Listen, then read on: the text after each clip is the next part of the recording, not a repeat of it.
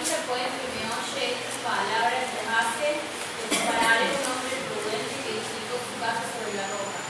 Descendió lluvia, vinieron ríos y soplaron vientos y golpearon contra aquella casa y no cayó, porque estaba fundada sobre la roca. Pero cualquiera que me oye estas palabras no las hace, le compararé a un hombre insensato que edificó su casa sobre la arena. Descendió lluvia y vinieron los ríos y soplaron vientos y dieron con ímpetu contra aquella casa y cayó, y fue grande su ruina. Cuando terminó Jesús esta palabra, la gente se admiraba de su doctrina. Cierto. Está bien.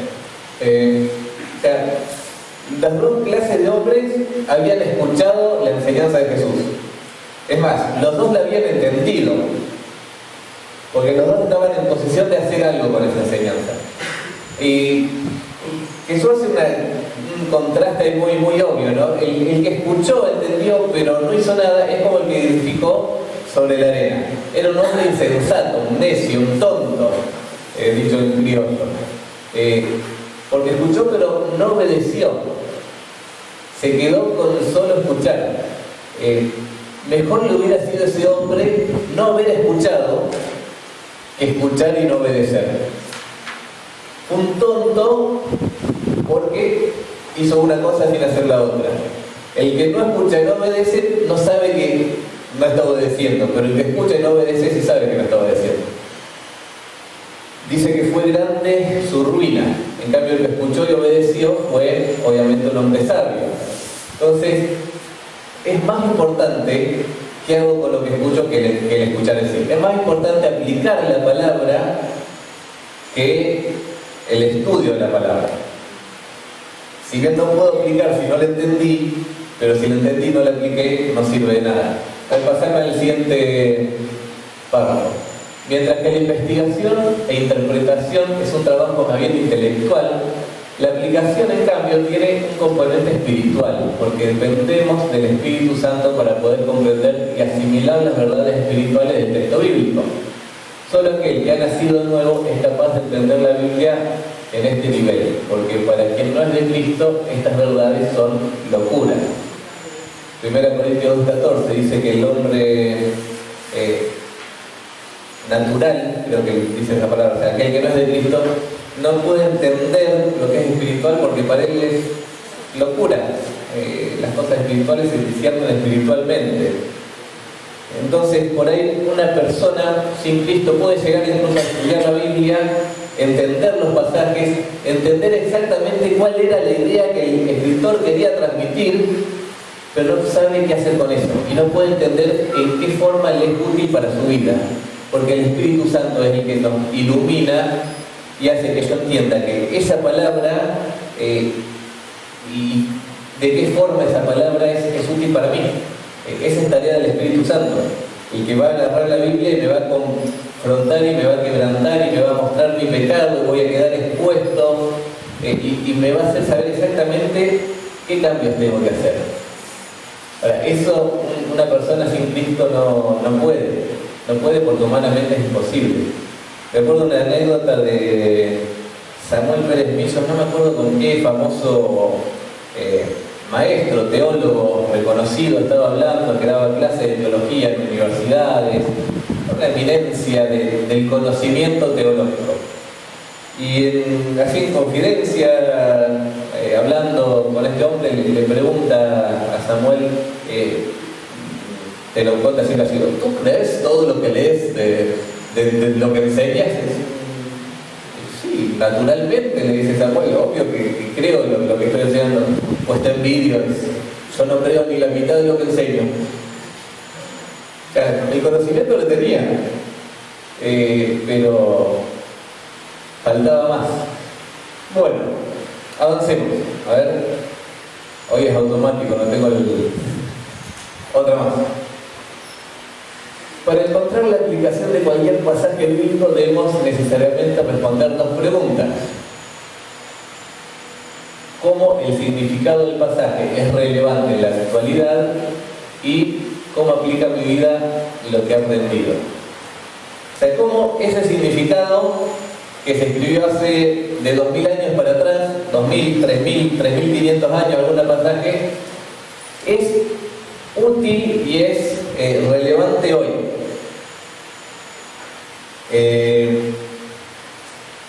¿Se acuerdan? Bueno, ya habíamos hablado de lo que era el significado. El significado, a ver, avanzar, no me acuerdo si estaba ahí. Me falta bueno, ¿cómo el significado es relevante hoy? Para averiguarlo, primero debemos otra vez distinguir entre el significado y significancia, implicaciones. El significado está ligado al tiempo y la cultura de los lectores originales.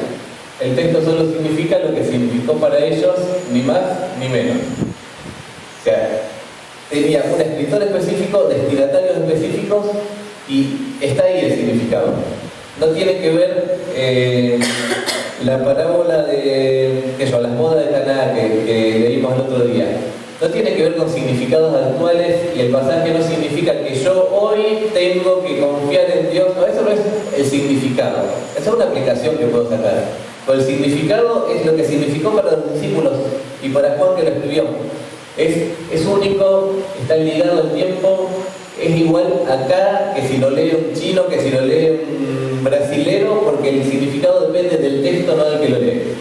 Ahora, la implicación del texto es lo que yo tengo que averiguar para saber cómo ese texto es útil hoy. ¿A qué nos referimos con implicaciones? Es de qué forma el pasaje es útil, valga la redundancia. Segunda Timoteo 3, 16, 17 dice que toda escritura es inspirada por Dios y es útil para enseñar, para corregir, para redarguir, para que ese texto, más allá del significado que tenga, es útil hoy, aunque se escribió. Bueno, ¿cómo descubro esa utilidad hoy? Bueno, es lo que se puede llamar la implicación del texto. Tiene que ver cómo afecta ese significado a los creyentes de hoy en día, de cualquier cultura, de cualquier lugar y de cualquier época también. O sea, también es universal. Está determinada por las verdades o principios bíblicos que estaban recibiendo los primeros lectores, pero que también son aplicables universalmente. Por ejemplo, las bodas de Caná, los principios bíblicos que estaban recibiendo los discípulos era que Jesús es Dios. Lo pudieron ver, lo pudieron comprobar, eso significó todo el evento para ellos. Ahora, hay una verdad que trasciende lo temporal. O sea, esa verdad es bueno, que Jesús justamente es Dios, es el Hijo de Dios que vino a salvar al mundo. Eso sigue siendo cierto hoy. Y eso sigue siendo útil para mí hoy. Hay otros pasajes, vamos a buscar algo más rebuscado para que sea más claro el ejemplo. Deuteronomio. Es lindo hacer el devocional en Deuteronomio. Capítulo 22. Mati, ¿sabés bajarme una pizca el micrófono para que no me acople?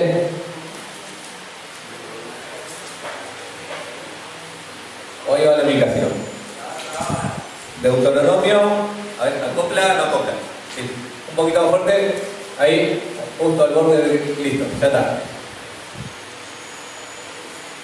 Porque hay pasajes que son lindos, fáciles, pero después agarramos pasajes como los que están en Deuteronomio. Miren, 22, 5. No vestirá la mujer traje de hombre, y el hombre vestirá ropa de mujer, porque es abominación, porque abominación es a Jehová tu Dios cualquiera que esto hace. ¿Qué significa eso? Bueno, Que la mujer no puede usar pantalón. que ya se van todos y me vuelven el domingo de cocina. No. Que el hombre no puede usar cosera. Lo que dice ahí. Bueno, pero ¿a quién se escribió? Al pueblo de Israel, en el desierto. Al pueblo de Israel en el desierto. O sea, lo que significa esto es que, o sea, si quiero encontrar el sentido del pasaje, es que el israelita, el judío, recibió una orden directa de Dios de que no tenía que vestirse como el sexo opuesto, ¿no? Pero el pasaje fue para ellos. Es más, todo Deuteronomio es todo para los judíos. Ahora, ¿cómo sé yo si este pasaje tiene alguna relevancia hoy? ¿Algún principio que sigue siendo verdad hoy? El mismo pasaje lo dice al final. o de la mitad para adelante, te da la razón del mandamiento. ¿Por qué manda esto? Porque Dios protege a Jehová. Porque es abominación a Jehová cualquiera que hace esto. Ahora, ¿Jehová cambia? Si hace 3000 años no le gustaba, ¿de repente le puede empezar a gustar? No. Ahora, yo puedo concluir que, aunque no se escribió para mí, hay un principio acá. Jehová abomina al que se viste a la inversa, digamos, de acuerdo al sexo que él no es. O sea, eso es un principio. Jehová abomina esto. Era verdad para los judíos, sigue siendo verdad para hoy. Entonces yo quiero saber qué implicación tiene este pasaje para mí. Bueno, si Dios abomina eso, entonces yo no me tengo que vestir de mujer. Ni para ser mujer Ni parecer, sí. Pero... Ahora, ¿significa que el hombre tiene que usar pantalón y la mujer pollera? No. Puede ser una cuestión cultural. A ver, si nos vamos a vestir como los hombres que leyeron el versículo la primera vez, tenemos que andar con túnica, con no sé, toda la vestimenta judía. Con los rulitos de los judíos. O sea, no te dice cómo aplicarlo, pero te dice lo que tienes que hacer. No te vistas como el sexo opuesto, porque Jehová lo domina. Y el principio es ese, Jehová lo domina y no lo tengo que hacer. Son las explicaciones para el día de hoy. Aunque no se escribió para mí, se escribió para Israel. Un poquito más adelante. Cuando edifiques casa nueva, versículo 8, harás pretil a tu terrado, o sea, una barandita, una rejita. Al terrado, el terrado es el techo de la casa. Para que no eches culpa de sangre sobre tu casa si de él cayere alguno. Qué lenguaje complicado. Hacer una barandita al techo para que nadie se caiga y sea culpa tuya. Versión moderna. Ahora, también es un mandamiento, o sea, no es una ley que nosotros podemos poner en la iglesia, cualquiera que tenga terraza haga una baranda por las nubes. Pero hay un principio detrás de esa ley, ¿o no? ¿Cuál puede ser el principio? Vas a de una forma que no sea peligrosa para otro. No seas peligroso para otro. O sea, hay una negligencia ahí que pone en peligro la vida del prójimo. O sea, el principio es cuidar a mi prójimo. No correr peligro de por mi negligencia causarle un daño físico. Hoy por hoy podés tener una pileta en el patio, una casa si sabés que saben venir muchos niños o bebés, y no le pusiste una barandita algo para que no se caiga alguno y se pueda ahogar, lo podés aplicar por ese lado. O sea, cuidar a la persona que acojo en mi casa. Soy responsable. Y puedo sacar aplicaciones, porque al principio yo soy responsable de la persona que está en mi casa, del cuidado del que viene a mi casa. Y soy culpable si le pasa algo. Eso fue en el Antiguo Testamento, es igual hoy. Bueno, hay muchos ejemplos. O sea que más allá del significado puntual del pasaje, hay aplicaciones. ¿Cómo encuentro la aplicación? O la implicación, mejor dicho, ¿qué implica este pasaje para el día de hoy? Bueno, busquemos un principio bíblico que está en ese pasaje y lo podemos aplicar. A ver, lo seguís poniendo, no me acuerdo qué. También debemos distinguir en el texto lo que es descriptivo de lo que es prescriptivo. Como que me apagó el apunte. Hay ambos componentes por lo general en un texto bíblico. Hay pasajes que simplemente te describen cosas, pero no te prescriben. Prescribir es establecer una orden, un mandato, poner una ley. Por ejemplo, el pasaje que estudiamos el otro domingo de los primeros creyentes que estaban todos juntos y vendían sus propiedades y la traían a los pies de los apóstoles y repartían de acuerdo a la necesidad de cada uno. Ahí Lucas te está describiendo lo que hacían los primeros cristianos. Es un pasaje descriptivo. Ahora, Lucas está con eso dándonos una orden de que tenemos que hacer lo mismo.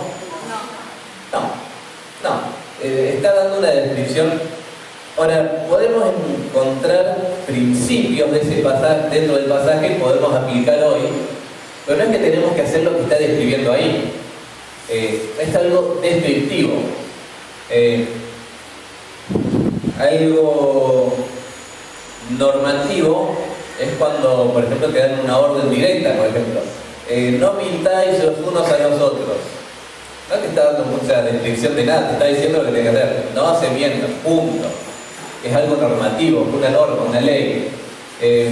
Hay pasajes que son solo descriptivos y que podés encontrar un principio, algo para aplicar. Hay pasajes que son solo normativos, o hay pasajes que tienen ambas cosas mezcladas.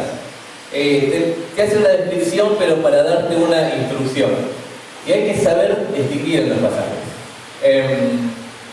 Un pasaje donde está mezclada por ahí instrucción y descripción, en 1 Corintios 10, 23 al 33. Está ahí anotado. Busquémoslo, lo vamos a usar de ejemplo. Lo conocemos.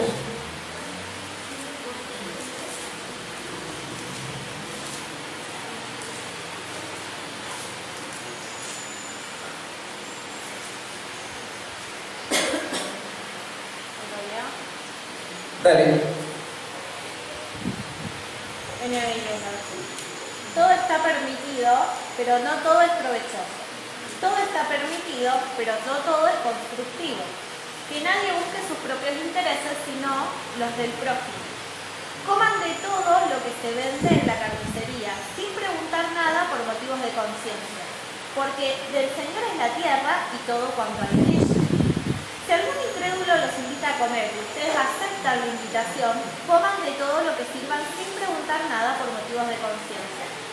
Ahora bien, si alguien les dice, esto ha sido ofrecido en sacrificio a los ídolos, entonces no lo coman, por consideración al que se lo mencionó y por motivos de conciencia. Me refiero a la conciencia del otro, no a la de ustedes. Porque ¿qué se ha de juzgar mi libertad de acuerdo con la conciencia ajena? Si con gratitud participo de la comida, ¿me va a condenar por comer algo por lo cual doy gracias a Dios?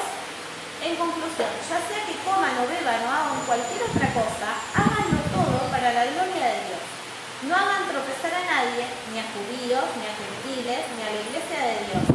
Hagan como yo, que procuro agradar a todos en todo. No busco mis propios intereses, sino lo de los demás para que sean salvos. ¿Qué estaba pasando ahí en la iglesia de Corinto? Había mucha idolatría. Había idolatría, había carnicerías. Las carnicerías vendían la carne que se ofrecía en sacrificio a los ídolos paganos. O sea, eran idólatras, pero no tontos. ¿Para qué vas a tirar la carne después de ofrecerla si la podés agarrar y venderle y ganar plata encima, no? Entonces, por lo general, según dicen los comentaristas, incluso la conseguías más barata esta carne que la carne que no fue ofrecida a un ídolo. Podrías conseguir ofertas, cosas 3x2, los jueves, no sé. Era más accesible.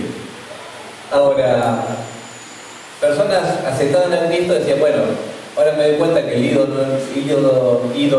no es nada, no existe, es una estatua, así que lo que se sacrificó al ídolo tampoco es nada, voy y compro la carne, me la como y no pasa nada porque el ídolo no es nada. Venía otro y decía, no, mirá, pero ¿cómo vas a comer esto si se fue sacrificado un ídolo? Está siendo partícipe de la idolatría, no era que se había convertido, qué hipócrita que es, mirá, por verdad 2 pesos. Está dispuesto a ser parte de lo que pasó en el templo de Afrodita, de Diana, no sé de quién estaba, que armaba semejante lío entre los cristianos. Y Pablo le va a dar una instrucción. Bueno, entonces, si para tu hermano es de tropiezo, aunque para vos ilícito, no lo comas, cuidar la conciencia del hermano, todo un montón de instrucciones que tenía que hacer al respecto. Ahora, uno puede decir, ¿qué tiene que ver hoy en día? Hoy voy acá a la esquina y no se lo ofrecieron a ningún ídolo, entonces este pasaje es irrelevante. Pero no, o sea, creo que todos nos damos cuenta que hay lecciones para aprender en pasajes como estos, ¿o no? Sí. A ver, ¿qué podemos decir que son los principios bíblicos que podríamos aplicar hoy en día, aunque nuestra situación no sea la misma? aunque no estemos comiendo, o sea, la misma me refiero a comer sacrificado de ídolos, o sea, hay situaciones parecidas, pero ¿qué principios aprendo del pasaje? Alguien que no se iba. Claro,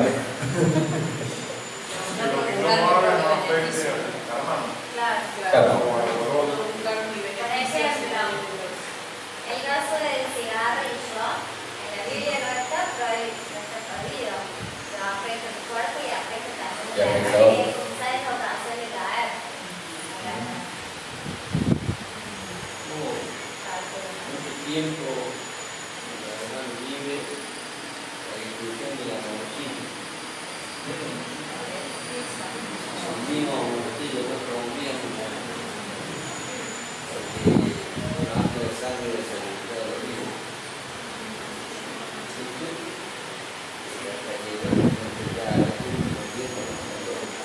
Pero es también un poco cultural porque en ese tiempo la carne sacrificada de Dios se vendía en la carnicería. Ahora es de carne que viene sacrificada de Dios. Hay muchas cosas que se toman, se dan y no se le busca el fondo cultural que han tenido. Sí. Muchas veces no se tiene en cuenta que había circunstancias culturales alrededor de los pasajes. El tema de la morcilla, decía Daniel, hay pasajes que si la discusión de la morcilla viene porque la Biblia no te manda a comer carne sin sangre porque la vida y la morcilla es pura sangre, ¿no? Entonces lo escuché muchas veces, pero no, morcilla no, morcilla sí. Bueno, pero si vos sabés Si vos sabés que la otra persona no quiere comer morcilla porque piensa que está mal, vos no te sentés no lo vas a invitar a un asado a comer morcilla. Hoy en día pasa por ahí situaciones parecidas con el alcohol. Sabes que un hermano le es de tropiezo, ha tenido un trasfondo de lucha con eso y cuando lo vas a invitar a tu casa y ponerle la botella de Fernet ahí, bueno, no hablemos de lo que pasó en Navidad. Se nos armó. No lo van a ver nunca el video. Corta, ¿no? Teníamos una mezcla de, digamos, 38 en el campo. Familia, mientras más grande la familia, creo que es más lindo. Y teníamos gente que viene de otros lados, que ellos no toman nada de alcohol, pero no porque hayan tenido otra foto, sino por convicción. No conviene, está mal, no toman alcohol nunca. Y había gente que iba de acá que obviamente nosotros, o sea, tomamos. Y se armó ahí una pequeña... No, bueno, al final se terminó guardando todo el alcohol, no se tomó alcohol en Navidad, brindamos con gaseosa. Bueno, a veces toca hacerlo. Están todas las botellas guardaditas ahí todavía. Pero es lo que dice la palabra. La palabra nos enseña eso, y este pasaje nos enseña, bueno, a renunciar a cosas que yo por ahí considero legítimas y buenas, pero por cuidar a mi hermano que puede tener una postura distinta que es totalmente válida, no es que él está equivocado y yo tengo razón. A veces son distintas formas de ver las cosas y yo tengo que cuidar a mi hermano, velar por la salud espiritual del otro antes que la mía. Sí, pero yo no hago caso. Un poco de alcohol por cáncer de pulmón. Vamos a hacerle caso a Pablo. Por favor. Ahora, en la Biblia pasa mucho esto.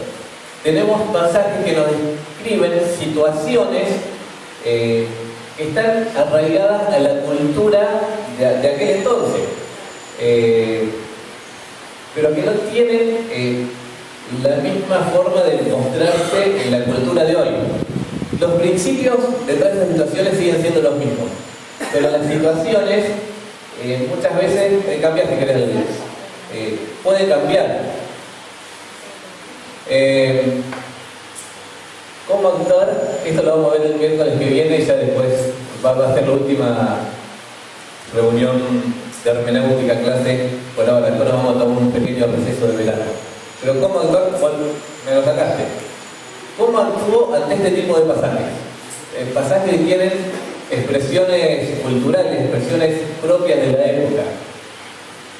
Y hay típicamente tres posturas que se toman, y creo que a veces tomamos un poquito de las tres. Esas tres posturas son, ahí aparece en pantalla, descartar tanto el principio como la expresión cultural. O sea, vemos un pasaje como este de Corinto, bueno, pero está hablando de algo que hoy no pasa, lo descarto, paso a otro pasaje más relevante. Y lo hacemos muchos, por ahí no con pasajes del Nuevo Testamento, pero con el Antiguo descartamos un montón. Levítico ni siquiera lo tocamos muchas veces. ¿Para qué nos sirven todas esas leyes del Levítico? Bueno, Pablo dijo en Timoteo que son útiles, pero las descarto porque no tienen nada que ver conmigo. Bueno, hay principios en esas leyes que sí tienen que ver. No debemos descartarlo. Ya vamos a profundizar en eso. Próximo miércoles hacemos la introducción, ¿no? Lo segundo que se tiende a hacer es retener el principio de la expresión cultural. Y vos ves muchas veces gente viviendo como se vivía hace 2000 años para cumplir a rajatabla todo lo que está ahí. Ya vamos a llegar a eso. Y la tercera posición que se sabe tomar es retener el principio, pero sustituir su expresión cultural por una expresión que se acomode a nuestros tiempos, que creo que es la opción correcta. La vamos a estudiar el próximo miércoles, porque se fue la hora. Hasta acá no por ahí, me voy a conectar la clase, pero bueno, era lo que tocaba, no da para empezar el próximo miércoles. Oramos y nos vamos. Padre Santo, te damos muchas gracias, Señor, por tu palabra, porque es realmente un milagro que un libro tan viejo, tan antiguo, Señor, con tantos años, pueda ser relevante para el día de hoy. Que las situaciones, las vivencias, los consejos, todo lo que se escribió hace tanto tiempo nos sigue dando lecciones de vida en la actualidad y es más, moldean nuestro carácter, nos muestran cosas a veces en nuestro ser que ni siquiera nosotros sabíamos que estaban ahí. Pero tu palabra tiene ese poder y esa vigencia sobrenatural. Te damos las gracias porque podemos tener acceso a ella y las gracias porque pudimos un día conocerla y podemos seguir conociéndote a través de ella. Gracias en nombre de Cristo Jesús. Amén. Muy bien. La llamada.